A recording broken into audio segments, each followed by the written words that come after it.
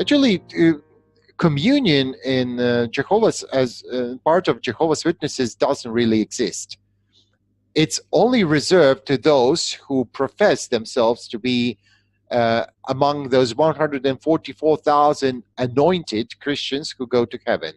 So in case there are such ones in the congregation, they will so-called partake. They will take the bread and drink the wine from the cup. Others, who are of the so-called other sheep, are called to be observers of the ceremony, which takes place just once a year, which coincides with the Jewish 14th of Nisan.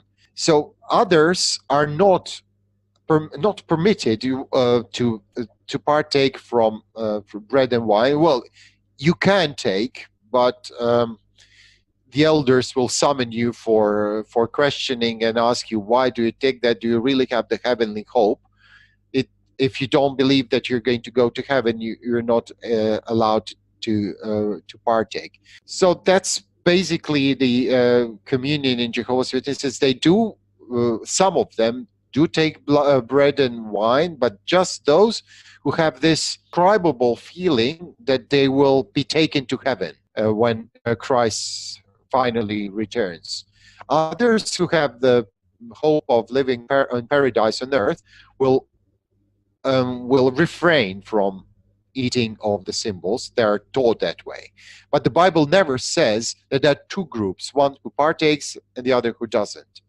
The only reason one should not partake or take the symbols, as Paul mentions in 1 Corinthians, is the ones who are not worthy. In other words, those who are too fleshly or too materialistic, so they do not recognize the meaning of the symbols.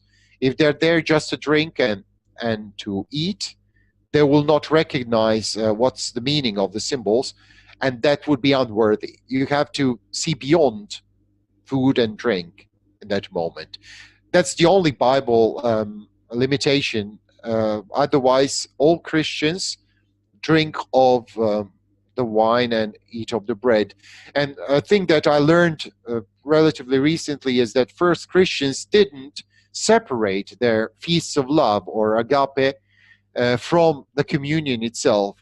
Their meetings were one big social, spiritual event where they would share encouragement, when they would break bread together, and they would remember Jesus. So maybe it was just later when the so-called communion became separate from this close family kind of union that first Christians had. And I think we should all strive towards that model rather than the thing that religions do, like Catholics, just a tiny little bit of insignificant bread. That's a distortion of what first Christians did for communion.